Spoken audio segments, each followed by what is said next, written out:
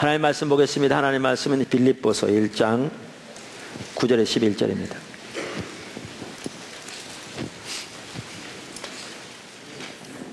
그래서 저는 오늘 이 본문 말씀을 통해 세 가지를 살펴보려고 하는데요.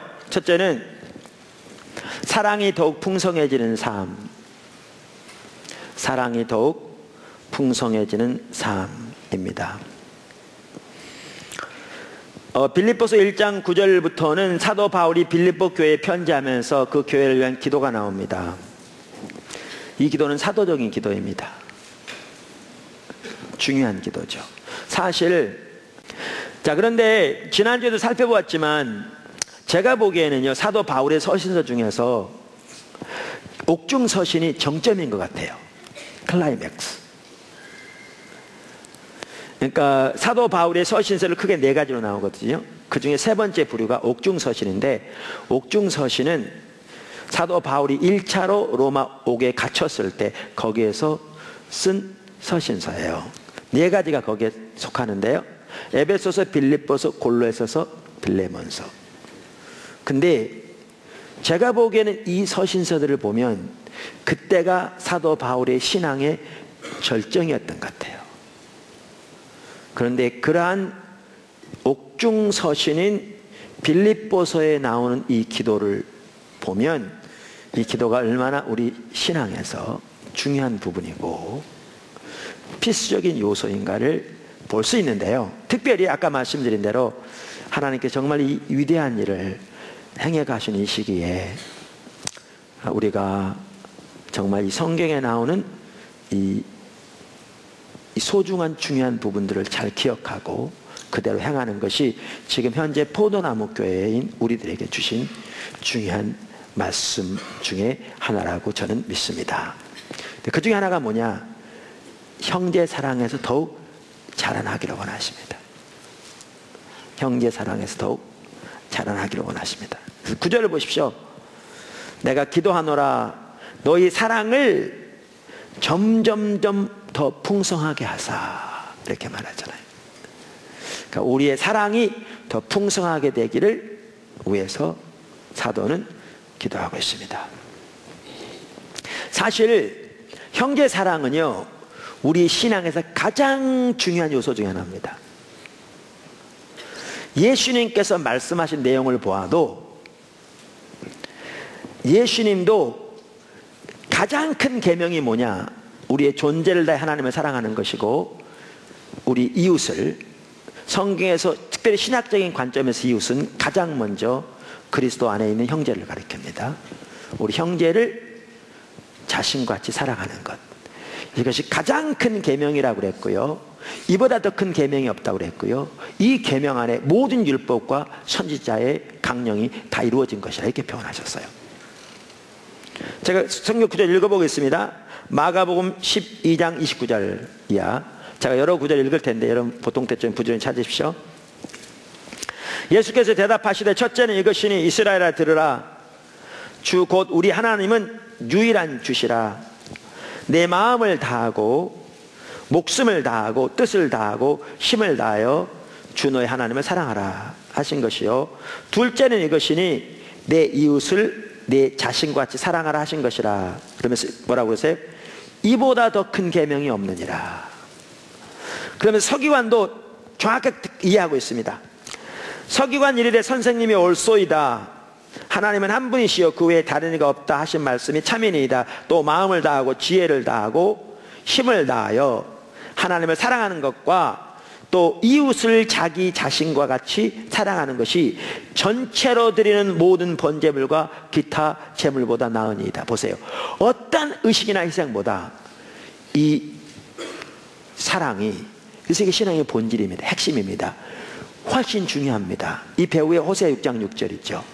서기관이 이렇게 대답했더니 예수님이 그게 정확하게 옳은 것을 확인시켜 주셨습니다. 다음 절에 예수께서 그가 지혜 있게 대답함을 보시고 이르시되 내가 하나님 나라에서 멀지 않도다 하시니 후에 감히 묻는 자가 없더라. 마태복음에서도 똑같은 계명에 대해서 말씀하고 난 다음에 22장 40절에 뭐라고 말씀하셨냐면 이 두 계명이 온 율법과 선지자의 강령이니라 이렇게 말씀하셨습니다. 보세요. 예수님께서 말씀하실 때도 이게 가장 중요한 명령이었어요. 신앙의 본질이었어요. 어떤 명령보다 더 큰 명령, 모든 율법과 모든 선지자의 강령을 다 성취하는 명령, 어떤 의식이나 어떤 희생과 제사보다 훨씬 중요한 명령, 이걸 말씀하셨어요. 예수님도. 성경에 보면요, 사도 바울도 당연하지만 정확하게 똑같은 이해를 가지고 있었어요. 왜? 성령께서 그를 가르치시니까요. 그래서 로마서 13장 9절에 보면 10계명 중에 인간에 대한 계명을 쭉 나열합니다. 그러면서 어떠한 다른 계명이 있을지라도 내 이웃을 내 몸같이 사랑하라 하신 이 말씀 속에 다 포함되어 있다 이렇게 말합니다.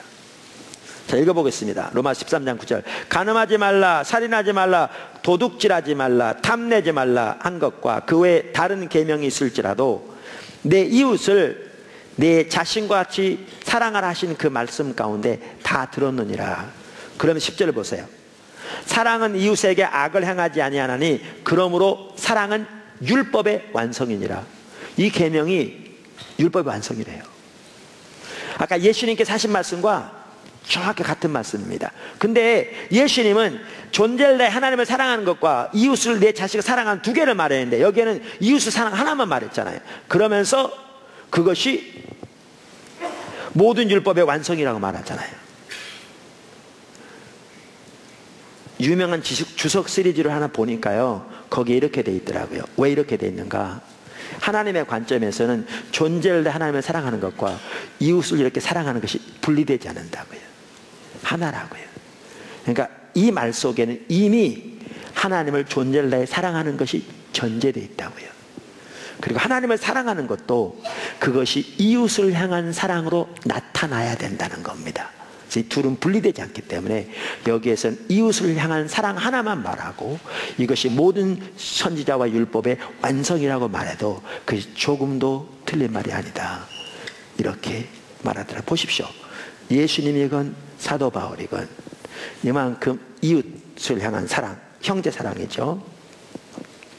사랑이 가장 중요한 하나님의 뜻입니다. 그래서 우리가 지난주에도 살펴보았습니다만 에베소 5장 1절에 보면 우리가 하나님의 사랑을 받은 하나님의 자녀로서 하나님 아버지를 본받는 자가 되라 그러면서 첫 번째 명령이 뭐냐?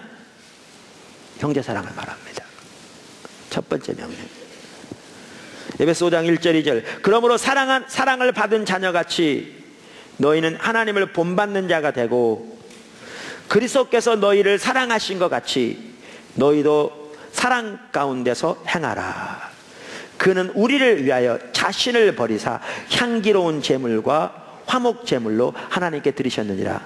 예수님이 우리의 사랑의 본보기인데요, 이 예수님에 대한 이 구절을 보면 사랑의 성격이 뭔가를 알 수 있어요. 이따 나옵니다. 사랑의 성격이 뭔가를 알 수 있습니다. 그리고 오늘 본문 말씀에서도 사도 바울은 바로 그 형제 사랑이 하나님 백성들 가운데 점점 더 풍성해지기를 위해 기도하고 있습니다. 예수님이 그렇게 가르치셨고요, 사도 바울이 그렇게 말하고 있을 뿐만 아니라 사도 요한도 정확하게 똑같이 말하고 있습니다. 우리가 요한일서 시리즈를 보았듯이 사도 요한은 뭐라고 말하고 있는가 하면 형제를 사랑하는 것이 우리가 하나님을 안다는 증표다. 우리가 진정한 구원을 받았다면 반드시 우리에게 나타날 열매가 형제 사랑이다. 만약 우리가 형제를 사랑하지 않고 미워하는 자리에 있다면, 여기 형제는 가장 먼저 성도를 말합니다. 그 자리에 있다면 우리는 하나님을 전혀 모르는 자라 이렇게 표현하고 있습니다. 많은 구절에서 그렇게 말하고 있습니다만은 요한일서 2장 9절에서 11절을 보면 우리가 과거에 보았던 구절인데 그 사실을 잘 볼 수 있습니다. 빛 가운데 있다 하면서, 그러니까 성경에 보면, 요한일서에 보면 우리의 구원을, 우리의 신앙을, 같은 말인데요, 여러 가지로 표현하거든요. 첫째는 우리의 신앙을 하나님과 사귐이라 이렇게 표현합니다. 그 그 다음은 이 하나님과 사귐을 다른 말로 하나님을 아는 것이라 이렇게 변합니다. 그것을 다른 말로 우리가 하나님 안에 거하는 것이다 이렇게 변합니다. 이걸 보면요, 우리의 구원이, 우리의 신앙이 하나님과의 지속적인 친밀한 교제인 걸 볼 수 있습니다. 그리고 이 2장에서 뭐라고 말하는가? 우리의 구원을 빛 가운데 행하는 것이다 이렇게 표현합니다. 그걸 다른 말로 하면 우리가 구원을 받았다면 이 말입니다. 또 다른 말로 하면 우리가 하나님과 친밀한 교제 가운데 있다면 이 말이고요. 또 다른 말로 하면 우리가 하나님 그분을 안다면 그 말입니다.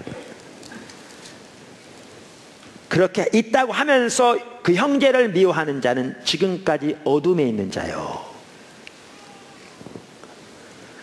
그 형제를 사랑하는 자는 빛 가운데 거하여 자기 속에 거리낌이 없으나, 이렇게 말함으로써 우리가 진정한 의미에서 구원을 받았다면, 그래서 하나님 그분을 안다면 우리에게 반드시 나타날 열매 중에 하나가 형제 사랑인 것을 말해주고 있습니다.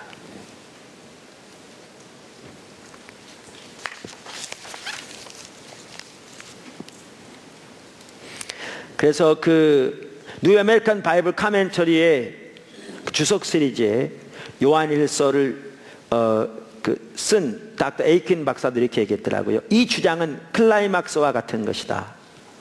이곳에서 요한은 하나님을 아는 것에서부터 그분 안에 거하는 것으로, 그리고 이제 다시 빛 가운데 사는 것으로 그 표현을 바꿨다. 빛 가운데 행하는 신자는 그리스도의 사역을 통해 하나님과 특별한 친밀함을 나눈다.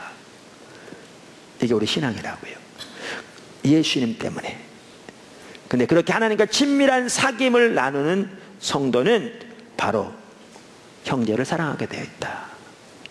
이렇게 말하는 거죠. 특별히 요한일서에서는요, 이렇게 형제 사랑이 우리가 진정한 구원을 받은 열매라고 말하면서 더 나아가서 요한일서는 형제 사랑의 성격이 뭔가를 보여줍니다. 그러니까 성경 전체가 말하는 형제 사랑 혹은 이웃 사랑의 성격이 뭔가를 보여줍니다. 요한일서가 말하는, 그리고 성경 전체가 말하는 형제 사랑의 성격은 상대방의 필요를 채우는 행동입니다. 그러니까 행동이 동반하는 사랑입니다. 상대방의 필요를 채우는 행동이 동반하는 사랑입니다. 먼저 요한일서가 말하는 형제 사랑은 행동이 동반하는 사랑을 말합니다. 행동이 동반하는 사랑. 그래서 요한일서 3장 18절은 이렇게 말합니다. 자녀들아, 우리가 말과 혀로만 사랑하지 말고 행함과 진실함으로 하자. 그래서 미국 성서공회에서 성경 번역하는 사람들을 위해서 도움이 되기 위해 내놓은 노트 시리즈가 있다고 그랬잖아요. 주석처럼. 거기에서 이 구절에 대한 주석을 달면서 두 학자는 이렇게 얘기했습니다. 이 서신서에서 형제 사랑은 중요한 주제이다. 이 구절 외에 역시 3장 11절, 18절, 12절, 4장 7절, 11절, 20절을 보라. 그렇게 말하면서 거짓 선생들과의 논쟁에서 그것은, 즉 형제 사랑은 백성들이 하나님과 교제를 가지고 있는가에 대한 테스트였다. 그러면서 이렇게 말합니다. 그 영혼은 항상 행동, 즉 사랑의 행위를 하는 것을 내포한다. 그러니까 성경에 말하는 형제 사랑은 나 당신 사랑해, 좋아한다니까, 이걸 말하는 게 아닙니다. 사랑을 내포하는 것입니다. 그러니까 행동을 내포하는 것입니다. 근데 어떤 행동이요? 상대방의 필요를 채우는 것이 사랑입니다. 그래서 아까 읽었던 요한일서 3장 18절 바로 위에 17절 이렇게 말하죠. 누가 이 세상의 재물을 가지고 그 형제의 궁핍함을 보고도 도와줄 마음을 닫으면 하나님의 사랑이 어찌 그 속에 거하겠느냐. 우리가 형제 사랑의 본보기로서 예수님의 사랑을 혹은 하나님의 사랑을 성경에서는 반복적으로 제시하고 있는데, 그 사랑의 핵심이 뭐예요? 하나님이 우리를 사랑하셔서 우리를 위해 독생자를 내어주신 것이고, 예수님이 우리를 사랑하셔서 우리를 위해 제물 곧 화목 제물로 십자가에 돌아가신 거지요. 그 모두를 한마디로 표현하면 우리의 피로를 채우는 행위였죠. 행위였죠.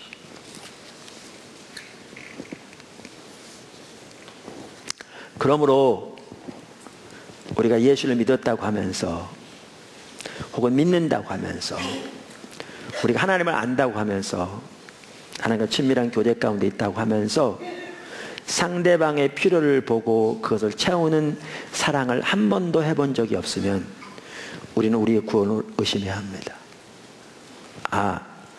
상대방의 필요를 채우는 것은 단순히 돈만이 아닙니다.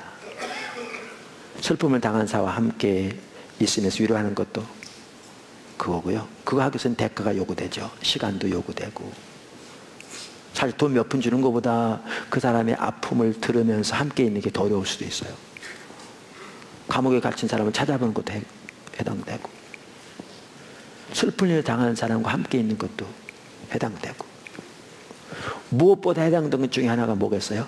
이런 영혼이 구원받아 영원한 흑암에서 영원한 빛 가운데로 인도되기 위해 복음을 전하고 그들이 구원받도록 기도하고. 저는 포도나무 교회 이런 교회가 되었으면 좋겠습니다.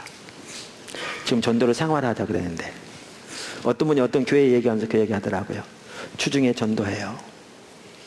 그리고 전도가 우리 마음대로 안 되잖아요. 그죠? 복음은 전하긴 하지만 하나님의 그 마음을 열으셔서 예수님 보게 하셔야 되잖아요. 교회에 나와서 부르짖는 거죠. 하나님, 주님이 마음을 열어주시지 않으면 그 사람은 예수님을 알 수가 없는데, 하나님, 이게 하나님의 일이지 않습니까? 하나님 그 마음을 열어주셔서 구원받게 해주세요. 예수님을 알게 해주세요. 애통하는 거죠. 부르짖는 거죠. 집에서도 부르짖고, 주일날에 와서 그 사람이 왔는지 자꾸 돌아보는, 찾아보는.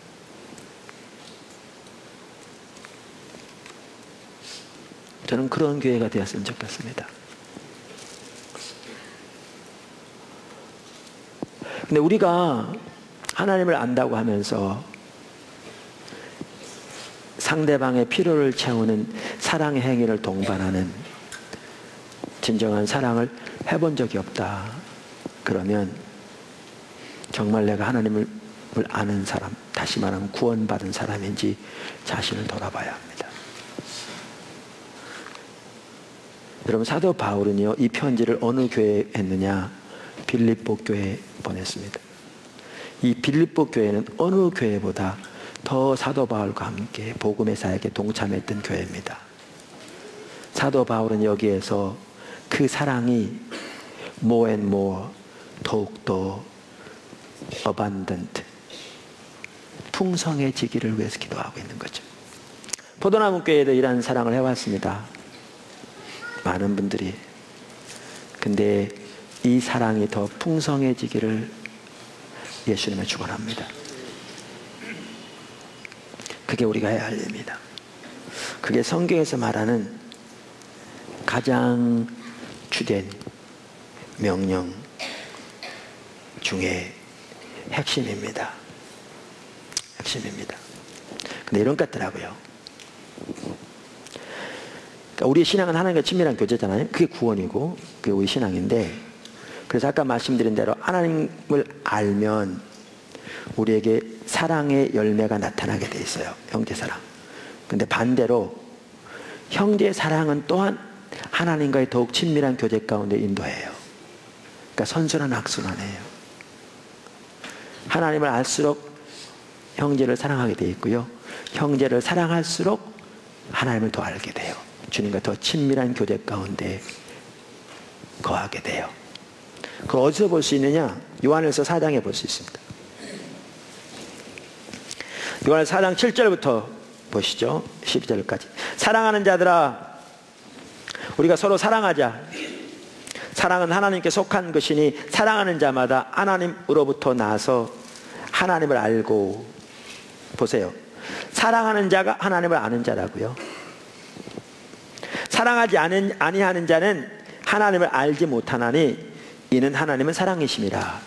그러니까 우리가 하나님을 안다고 하면서 우리가 전혀 전혀 형제를 사랑하는 삶을 살고 있지 않다면 하나님 모르는 자라는 얘기죠. 그러면서 하나님의 사랑이 우리에게 이렇게 나타난 바 되었으니 이제 모델로 하나님의 사랑을 제시합니다. 다른 곳에서는 모델로 예수님의 사랑을 제시하죠. 같은 내용입니다. 삼위일체 하나님이시니까요.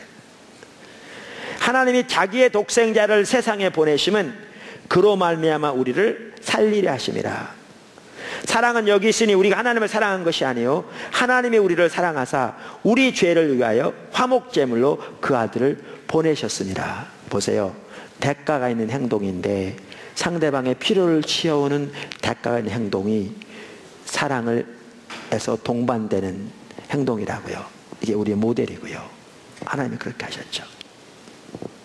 그러면서 이렇게 말합니다. 11절 사랑하는 자들아 하나님이 이같이 우리를 사랑하셨은즉 우리도 서로 사랑하는 것이 마땅하도다. 그러면서 12절 보세요. 아까 제가 했던 말씀이 이 말입니다.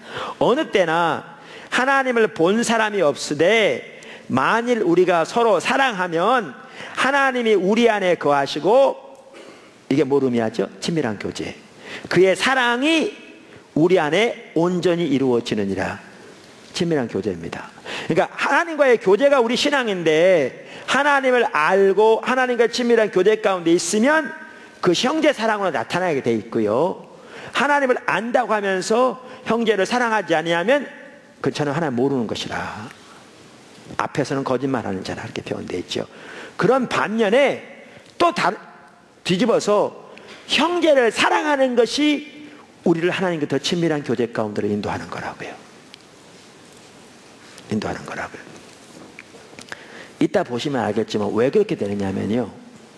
우리 신앙에서 가장 중요한 것 중에 하나가 영적 분별력인데 사랑하는 자에게 영적 분별력이 열리거든요. 사랑하는 자에게 영적인 눈이 더 열리게 된다고요. 그러니까 주님을 아는 데 있어서도 사랑하는 것이 필수인 걸 볼 수 있습니다.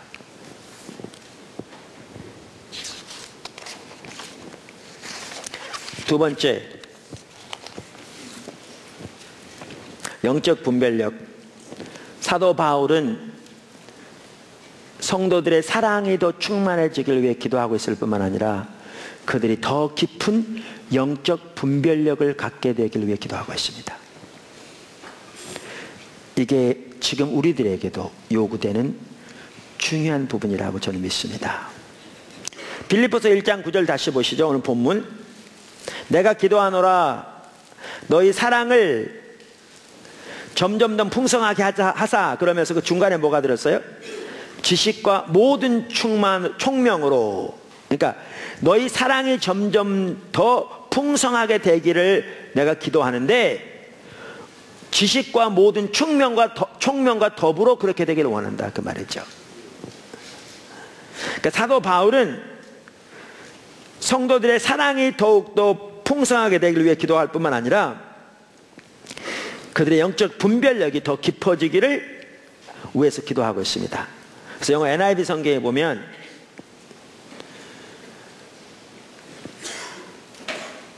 In knowledge and depth of insight 이렇게 되어 있죠. 지식과 그 insight. 그래서 그걸 뭐라고 번역하죠? 우리만 총명이라 번역되어 있는데 그것에 더 깊이가 되어지기를 그렇게 함께 되기를 위해서 기도한다 이렇게 말하고 있습니다. 자, 작은 첫 번째 영적 분별력을 위해 중요한 두 요소 조금 더 살펴볼 텐데요. 우리 신앙에서 가장 중요한 것 중에 하나가 영적 분별력입니다. 그런데 오늘 본문에 보면 저는 영적 분별력을 위해 중요한 두 요소가 여기에 포함됐다고 저는 생각합니다. 여기에 그게 뭐냐? 지식과 모든 총명입니다. 저는 이게 그 다음 연결된 구절을 보아도 그렇고 명백하게 영적 분별력을 말하고 있다고 볼 수 있어요. 근데 두 가지를 말하죠. 지식과 모든 총명.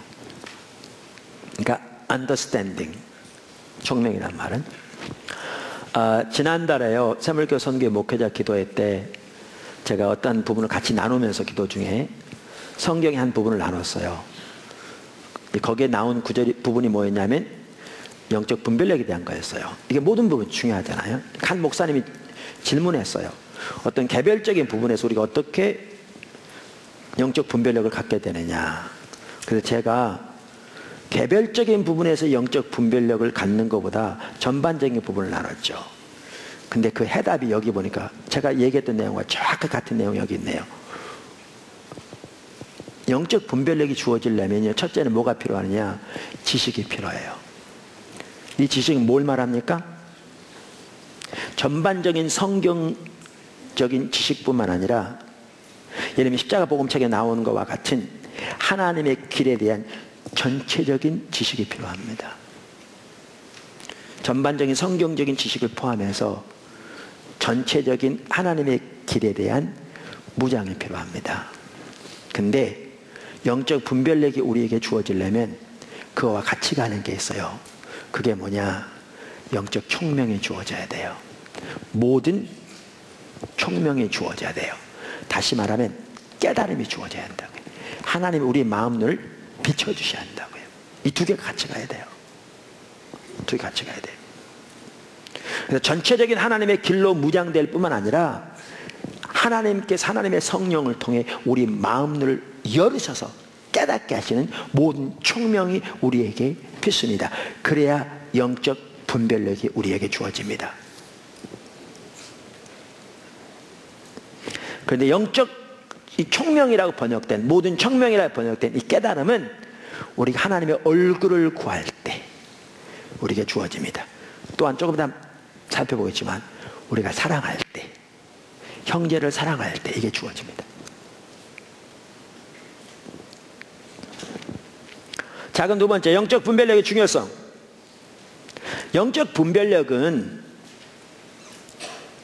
정말 우리 신앙에서 중요합니다. 그러니까 아까 제가 뭐라고 말씀드렸냐면 사도 바울의 서신서 중에 옥중서신이 그의 신앙의 클라이맥스 같더라. 그 내용을 읽어보면 그렇습니다. 저렇게 말씀드렸는데 여러분 이 옥중서신에 보면요, 그 교회들을 위해서 편지하면서 빼놓지 않고 기도하는 게 뭐냐? 영적 분별력을 위해 기도합니다. 그리고 반복적으로 나옵니다. 그만큼 강조되어 있습니다. 옥중서신. 특별히 다른 데도 나오지만 특별히 옥중서신. 옥중서신 중에 빌레몬서는 빌레몬이라는 개인에게 보내진 겁니다. 빌레몬의 노예였던 오네시모가 도망와서 로마로 와서 로마에서 사도 바울을 만났어요. 그래서 사도 바울이 구원받았고요. 이제 로마 옥중에 있는 사도 바울을 도와서 협력하면서 사도 바울을 섬기는 일을 했습니다. 이제 사도 바울이 이 오네시모를 주인인 빌레몬에게 돌려보내기 원하는 거예요.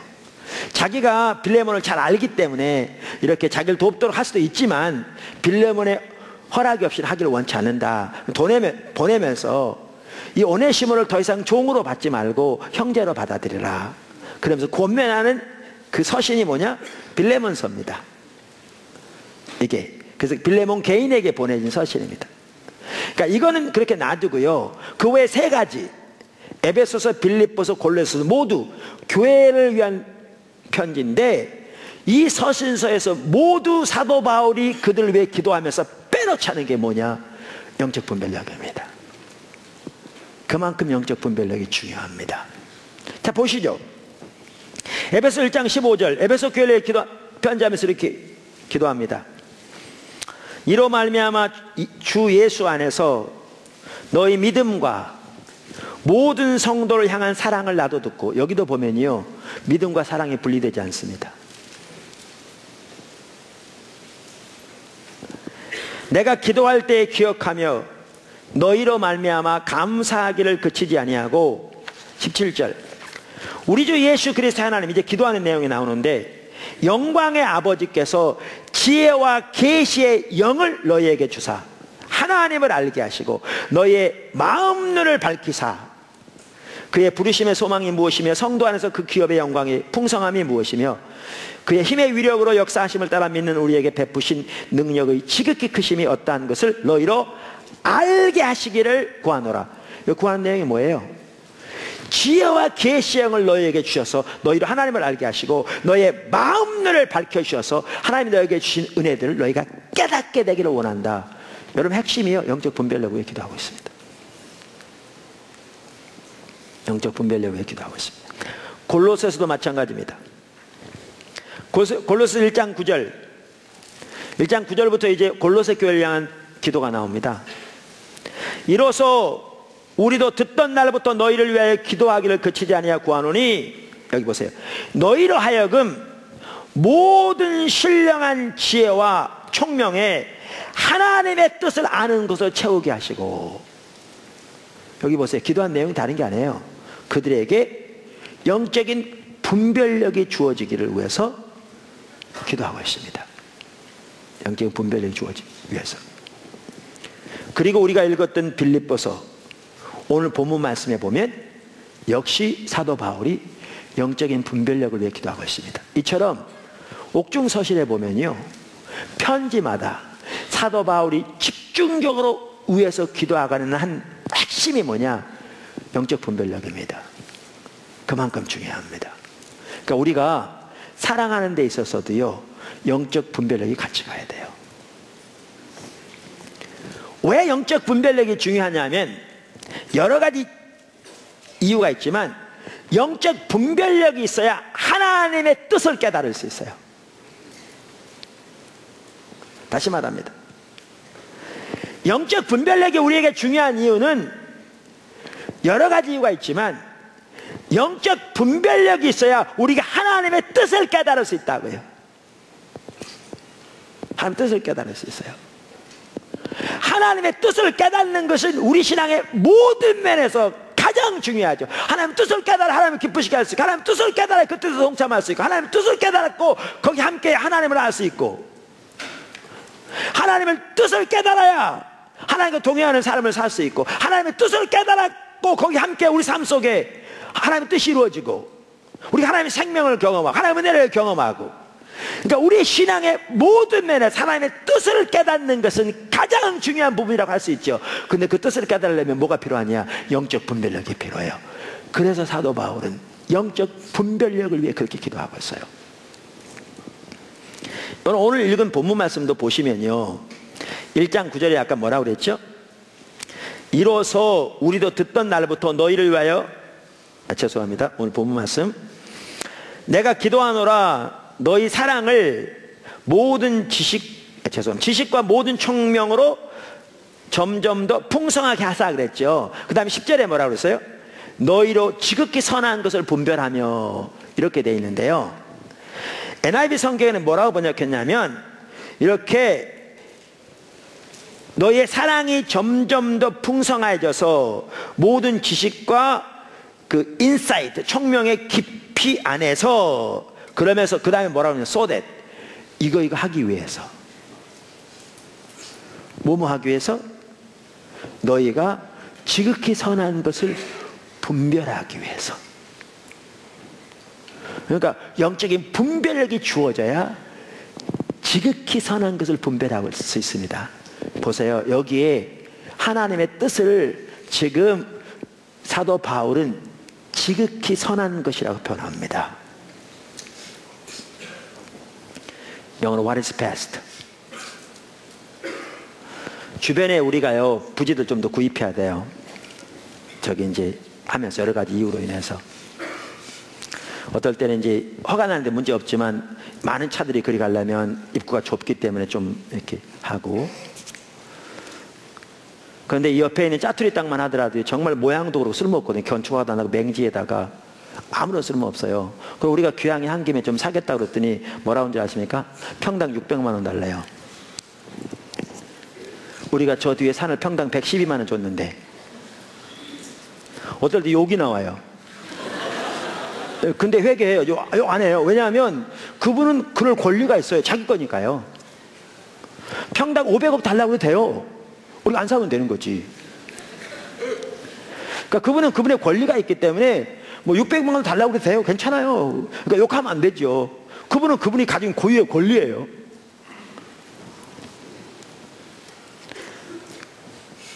우리가 안 사면 못 쓰는 거예요. 그냥 농사나 짓는 거고요. 교회는 저 있을 때만 있는 게 아니고 계속 될 거기 때문에 그분도 그분 자녀에게 계속 물려지겠지만 계속 물려질 동안에 교회는 계속 있을 거거든요. 근데 그러니까요, 막 화가 나더라고요. 한 번은. 근데 그날따라 제가 이 구절을 묵상하게 됐어요. 그러면서 뭐가 딱 저에게 보여지냐면, 교회의 머리는 예수 그리스도잖아요. 그분이 교회의 머리니까 포도나무 교회도 머리라고요. 그분이 어려서 그분의 일을 하시겠어요? 어련히 알아서. 그리고 하나님의 뜻은 최선이잖아요. 여기뿐만 로마서 12장 1절 2절도 마찬가지고. 그래서 구약에 보면 바로의 마음을 강팍케 하신 것도 하나님이셨는데 그분이 그렇게 부른 것도 감사하다 싶더라고요. 한편으로.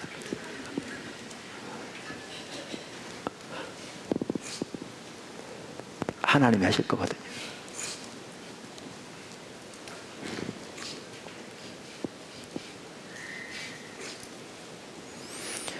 그리고 아까 골로새 1장 9절도 뭐라고 그랬어요? 이로써 우리가 듣던 날부터 너희를 위해 기도하기를 그치지 않냐 구하오니 뭐라고요? 너희로 하여금 모든 신령한 지혜와 총명의 하나님의 뜻을 아는 것을 채우게 하시고. 영화 NIV성이 이렇게 되어 있어요. Asking God to fill you with the knowledge of His will. 그분의 뜻을 아는 지식으로 너희를 채워주시길 원한다. Through all spiritual wisdom and understanding. 모든 영적인 지혜와 총명을 통해서. 그러니까 하나님의 뜻을 아는 게 뭘 통해서 이루어진다고요? 영적인 지혜와 총명을 통해. 다시 말하면 영적인 분별력이 있어야 하나님의 뜻을 알게 된다 그 말이죠. 그러니까 영적 분별력이 그렇게 중요한 것은 영적 분별력이 있어야 하나님의 뜻을 아는 거니까요.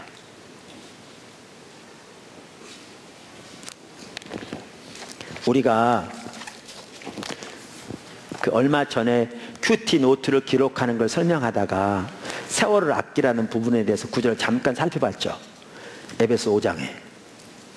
거기 보시면 이렇게 돼 있잖아요. 에베소 5장 16절 세월을 아끼라 때가 악하니라. 근데 이 세월을 아끼라는 말이 무슨 뜻이라고요? 무슨 뜻이라고요? 예, 우리에게 주어진 모든 기회를 잘 활용하라 그 뜻이라고요. 그러니까 하나님이 주시는 기회를 놓치지 말고 그 기회를 잘 활용하라 그 말이에요. 그게 세월을 아끼라는 뜻이에요. 그래서 영어 NIV 성경에는 그거를 making the most of every opportunity라고 번역했다고요. 모든 기회를 최대한 활용하라. 여러분, 제가 광고 시간에 하나님이 지금 군 선교문 군 선교와 관련해서 거대한 물결을 일으키고 계신 걸 살펴봤잖아요. 또 그것이 캠퍼스로까지 연결되어지는, 그리고 해외에도 연결되어지는 엄청난 거대한 물결을 살펴봤잖아요. 세월을 아낀다는 게 뭐냐면 하나님이 이렇게 일하실 때 그 모든 기회를 절대로 놓치지 말고 잘 활용하라 그 말이에요.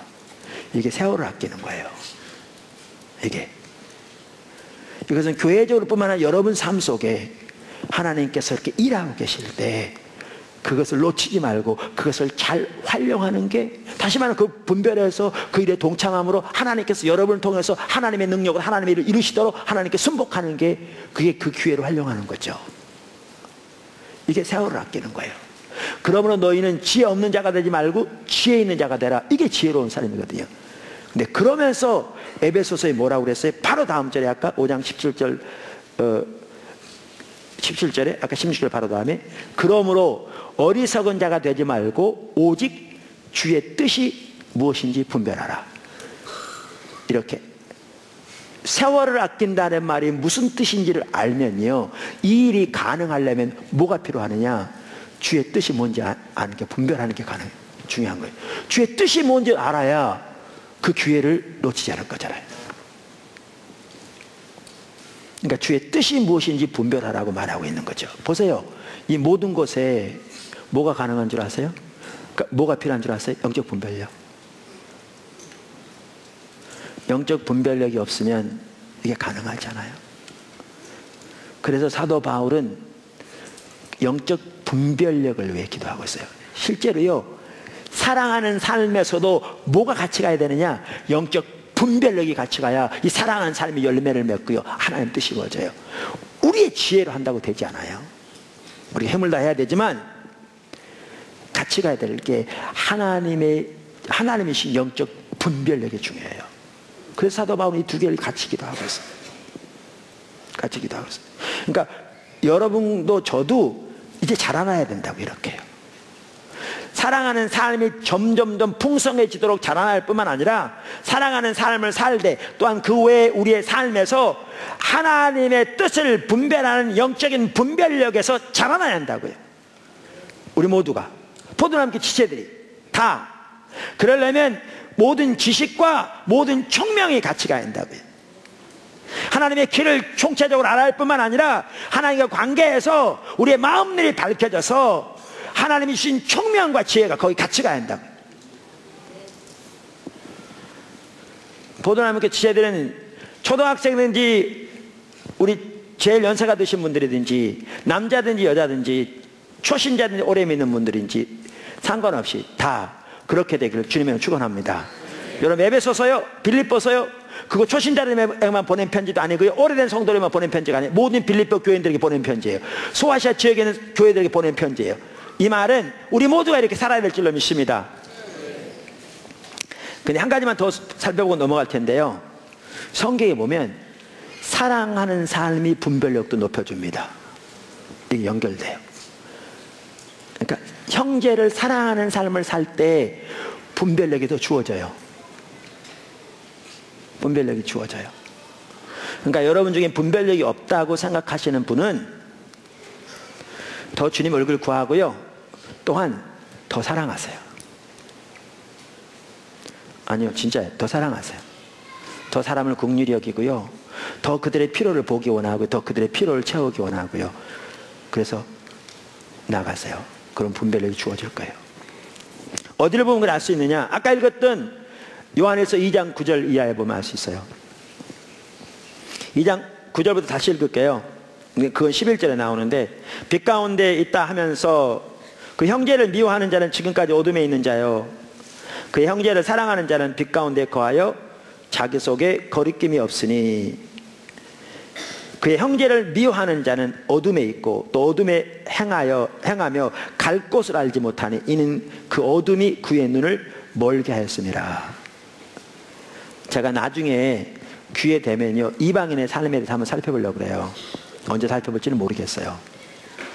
근데 이방인의 삶에서도 가장 핵심이 뭔지 아세요? 분별력이 어두워진 거예요. 여러분, 이방인의 삶에서도 가장 핵심이 분별력이 어두워진 거예요. 여기서부터 시작돼요. 물론 하나님의 얼굴을 구하지 않는 것이 핵심이고요, 그 결과로 가장 먼저 나타나는 게 뭐냐? 분별력이 어두워져요. 분별력이 어두워지니까 추하고 더러운 것이 좋은 것처럼 찾아가는 거예요.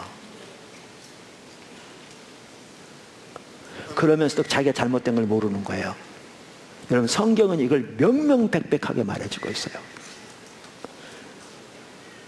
분별력의 문제. 그래서 여기에 보면 사랑하지 않을 때 어떻게 되느냐, 어둠이 그 눈을 가리는 것처럼 분별력이 어두워진다 이렇게 돼 있어요. 바꿔 말하면 뭐예요? 사랑하는 자에게 분별력이 열린다는 거예요. 그 부분을 구체적으로 말하고 있는 구절은 골로새 2장에 나옵니다.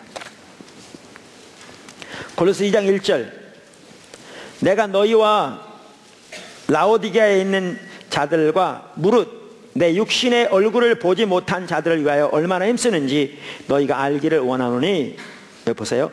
이는 그들로 마음의 위안을 받고 사랑 안에서 연합하여 확실한 이해의 모든 풍성함과 하나님의 비밀인 그리스도를 깨닫게 하려 함이니. 제가 좀 2절을 설명할 필요가 있어요. 그러니까 1절을 보면 그들을 얼마나 힘쓰니 너희가 알기를 원한다 그래 놓고서 뭐하게 힘쓰느냐, 2절에 이렇게 돼 있어요. My purpose, 내 목적은 is that you may be encouraged in heart. 너희가 중심에서, 마음에서 위로를 받게 되기 위해서 내가 힘쓴다. 또 united in love. 사랑 안에서 연합되기 위해서 힘쓴다. 여기 사랑의 연합이 나옵니다. 아까 연합이 얼마나 중요하다고 말씀드렸죠. 이 연합이 아니었으면 이게 가능하지 않을.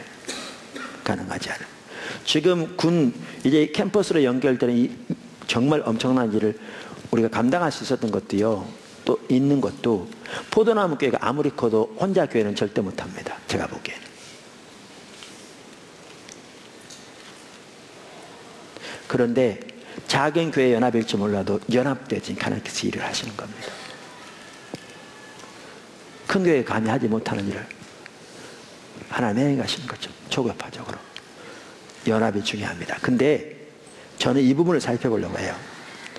이렇게 너희가 마음의 위로를 받고 사랑 안에서 연합되기 위함이라, 이게 내 목적이라 힘쓰는, 그 다음에 NIV 이렇게 돼, so that, 그렇게 함으로써 you may have the full riches of complete understanding. 그렇게 함으로써 너희가 완전한 이해의 full, 충만한 풍요함을 갖게 되게 하기 위해서. 무슨 말이냐? 마음으로 위로받고 사랑으로 연합되어지게 될 때, 여기 나오면 완전한 이해의 충만한 풍요함을 갖게 된다는 거예요. 너무나 놀라운 표현입니다. full riches. 뭐죠? 충만한 풍요. 뭐에? complete understanding. 완전한 이해의. 우리가 사랑 안에서 연합될 때 하나님께서 우리에게 이토록 놀라운 영적인 분별력을 주십니다. 분별력을 주세요. 그러면서 그 다음에 뭐라면, 이 분별력이 있어야 in order that 이렇게 돼 있거든요. 뭐뭐 하기 위해서 분별력이 있어야 you may know the mystery of God. 너희가 하나님의 비밀인 즉 그리스도를 알게 되게 하기 위하여. 여러분, 예수 그리스도를 안다. 엄청난 비밀이죠.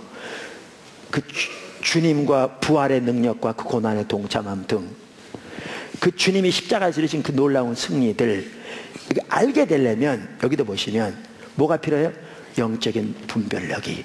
근데 이 영적인 분별력을 우리에게 주는 게 마음의 위로를 받을 뿐만 아니라 사랑으로 연합되는 것이라고 말하는 거죠. 정말 포도나무 교회가 하나님 은혜 가운데 정말 사랑으로 연합되는 가운데 있는 게 너무너무 감사해요. 아직 성숙하지 못한 사람들이 일부가 여기저기서, 아주 작은 일부가, 정말 작은 일부가, 겉으로 안 나타날 만큼 일부가, 아니 제가 보기엔 정말 그래요. 조금 가식 없이 일부가 뭐 이렇게 연합되지 못하고 뒤에서 뭐 이렇게 저렇게 얘기하고 그런 게 있지만, 그거는 정말 작은 일부고요. 정말 교회가 전체적으로 서로 사랑하고 사랑을 연합되고 자기가 부족한 걸 인식하고 하나님 앞에서 하나님의 은혜를 구하는 자리에 서고 상대방 존중할 줄 알고, 이게 사실 성경이 말하는 교회의 모습이에요. 오늘날 우리가 너무나 거기서 일반적으로 떠나 있으니까 문제지. 근데 이게 정말 감사한 게, 이게 영적인 분별력이 주어지는 데 있어서도 필수인 거예요. 그리고 영적인 분별력이 주어져야 그리스도의 비밀을 알게 된다고요. 예수 그리스도 알게 된다고요.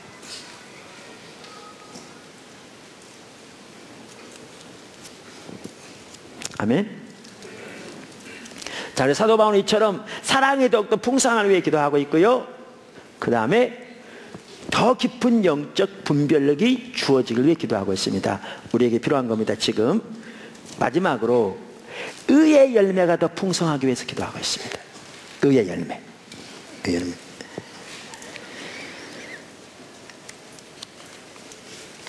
그래서 오늘 읽은 본문 말씀에 보면 11절에 예수 그리스도로 말미암아 의의 열매가 가득하며 이렇게 돼 있죠. 리더십은 결국 결과로 평가됩니다. 많은 사람들이 그렇게 말하잖아요. 잠재력이란 말이 이제 신물난다. 결국 리더십은 결과로 평가된다. 마찬가지로요, 저와 여러분은 결국 열매로 평가됩니다. 냉엄한 현실이죠. 그리고 하나님은 잎사귀가 아니라 열매를 원하십니다. 예수님이 무화과 나무에 열매를 찾았을 때 열매가 없어서 그 무화과 나무를 저주하셨죠. 어떤 학자는 그렇게 말하더라고요. 전 제가 잘 그걸 몰라요. 제가 책에서 본 얘기예요. 근데 여러분 무화과를 키워본 분이 있으면 저한테 나중에라도 얘기해 주시면 될 텐데, 원래 무화과는요, 나무가 있을 때는 열매가 없답니다. 열매가 맺을 때는 그 잎사귀가 다 떨어진답니다. 잎사귀일 때 열매가 없대요. 근데 예수님 찾다가 없어서 그랬잖아요. 그러니까 예수님 모진 분이라 그러진 않아요. 그게 맞다 하더라도 저는 이렇게 생각합니다. 주님이 찾을 때가 그때가 때예요. 우리가 원하는 때 열매를 제시하는 게 아니고 주님이 우리에게 기대하실 때가 열매가 내날 때라고요. 주님 아직 때가 안 되는데 조금만 기다려주시면 내가 나중에 열심히 해가지고 혹시 주님 앞에 열매를 좀 내드릴지, 아니라 주님이 요구하실 때가 때라고요. 그래서 우리는 열매로 판단됩니다. 사실 그래서 오늘 사랑이 더 풍성하고 영적 분별력이 더 깊어지고 의의 열매가 가득하기를 원하셨는데, 이 관점에서 우리를 봐야 우리의 현실이 보입니다. 나 30년 예수 믿은 사람이야. 고등학교 그러니까 직분이 없어서 나 옛날에 교회에서 권사했다고. 난 장로했다니까. 난 안수 받은 사람이야. 그걸 가지고 우리를 판단할 게 아니고요. 우리 자신을 뭘 가지고 판단해야 하면 지금 이 말씀 가지고 판단하셔야 합니다. 그러면 우리 현실이 보여요. 내 처지가 보여. 신앙생활 할 때에도 이렇게 하나님의 말씀에 자기를 비춰보고 자기 현실을 보고 주 앞에 엎드려야 돼요. 겸손하게. 하나님 향하신 일로 인해 마음 들뜰 게 아니고요. 그리고 이 신앙생활을 하기를 추구해야 돼요. 그래야 계속 주님 계신 곳에 같이 있을 수 있다니까요. 그래서 세 번째가 이처럼 의의 열매인데, 이 의의 열매에 대해서 페트라 주석에서 이렇게 얘기했더라고요. 의 열매가 뭐냐? 이분은 이렇게 했어요. 바울이 기도하는 세 번째 기도 제목은 의의 열매가 가득하게 되는 것이다. 예수 그리스도로 말미암는 의의 열매는 율법을 지킴으로써 얻을 수 있는 것이 아니라 현재의 삶 속에서 예수 그리스도께서 내재하시고 역사하심으로 성령의 열매를 맺는 것을 의미한다. 즉 본절은 빌립보 교인들이 다른 사람과의 관계에 있어서 고결함을 가지고 행동할 것을 기도한 것이다. 그러나 이것은 하나님과의 관계없이 자기 노력으로만 얻을 수 있는 것이 아니라 하나님과 신자 사이의 올바른 관계 속에서 하나님으로부터 오는 역사를 통해서 맺게 되는 것이다.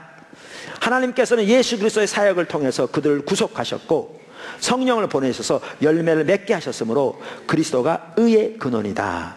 자, 이렇게 볼 때요, 제가 보기에는 여기에 열매는 두 가지를 말합니다. 여기 의의 열매의 핵심은 저는 두 가지라고 믿습니다. 하나는 뭐예요? 성령의 열매입니다. 그러니까 성령께서 우리를 통치하시고 다스리시고 우리가 그분의 주권적인 통치 아래서 그분께 순복하는 삶을 살 때 우리 삶 속에 성령의 열매가 맺히는 겁니다. 그게 여기 포함되죠. 그래서 갈라디아서 5장 22절, 오직 성령의 열매는 사랑과 희락과 화평과 오래 참음과 자비와 양성과 충성과 온유와 절제니 이 같은 것을 금지할 법이 없느니라. 그래서 예수의 사람들은 육체와 함께 그 정욕과 탐심을 십자가에 못 박았느니라. 만일 우리가 성령으로 살면 또한 성령으로 행할지니. 또 다른 열매가 뭐냐? 요한복음 15장에 나오는 열매라고 저는 믿습니다.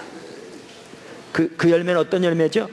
우리가 예수님 안에 가고 예수님 우리 안에 거하는 친밀한 교제 가운데서 우리 스스로는 아무것도 할 수 없고 우리가 하나님 행하시는 법 우리가 동참할 때 하나님께서 우리를 통해서 하나님의 목적과 뜻과 계획을 이루시는 이 열매, 이게 요한복음 15장에 나오는 포도나무 삶의 열매입니다. 이게 여기에 포함된 열매입니다. 여러분, 우리가 회막과 다이샥막의 조화, 큐티와 중보기도의 조화, 다른 말로, 그리고 우리의 삶에서 관계 전도와 하나님을 경험하는 삶의 생활이라고 했는데, 이 삶을 통해서 우리는 이 열매를 맺게 됩니다. 요한복음 15장에 나오는 포도나무 삶의 열매를 맺게 됩니다. 오늘 본문에 보면요, 이 의의 열매가 가득하여 뭐요? 하나님의 영광과 찬송이 되기를 원하고 그러는데, 우리가 열매 맺는 삶을 살 때 하나님의 영광을 받으십니다.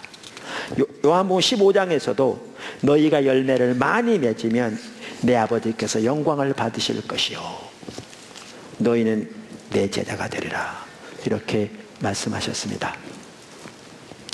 우리 인식부터요, 우리 잎사귀에 두지 말고, 그러니까 내가 얼마나 바빴나, 얼마나 사람들에게 보이는 활동을 많이 했나, 얼마나 내 얼굴을 많이 알렸나, 이건 정치인들이 하는 얘기죠. 얼마나 내 이름이 많이 오르내렸나, 이거 말고요, 우리 삶에서 얼마나 의의 열매가 가득한가, 그 관점에서 우리를 볼 수 있기를 바랍니다. 그래서 많은 의의 열매가 맺힘으로 하나님께 영광을 돌리는, 하나님께 존귀와 찬송이 돌아가는 그 삶이 되기를 주님을 축원합니다. 하나님께서 이렇게 놀라운 일을 하고 계신데요,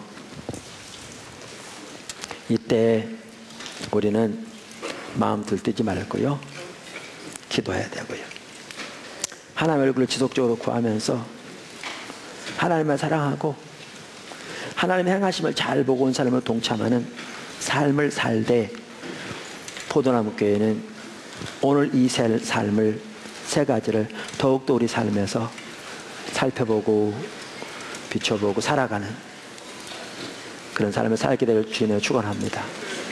형제 사랑이 날로 더욱 풍성해지고 영적인 분별력이 더욱더 깊어가며 의의 열매가 더욱 가득하게 되는 그 삶이 되기를 주님을 축원합니다. 기도하겠습니다.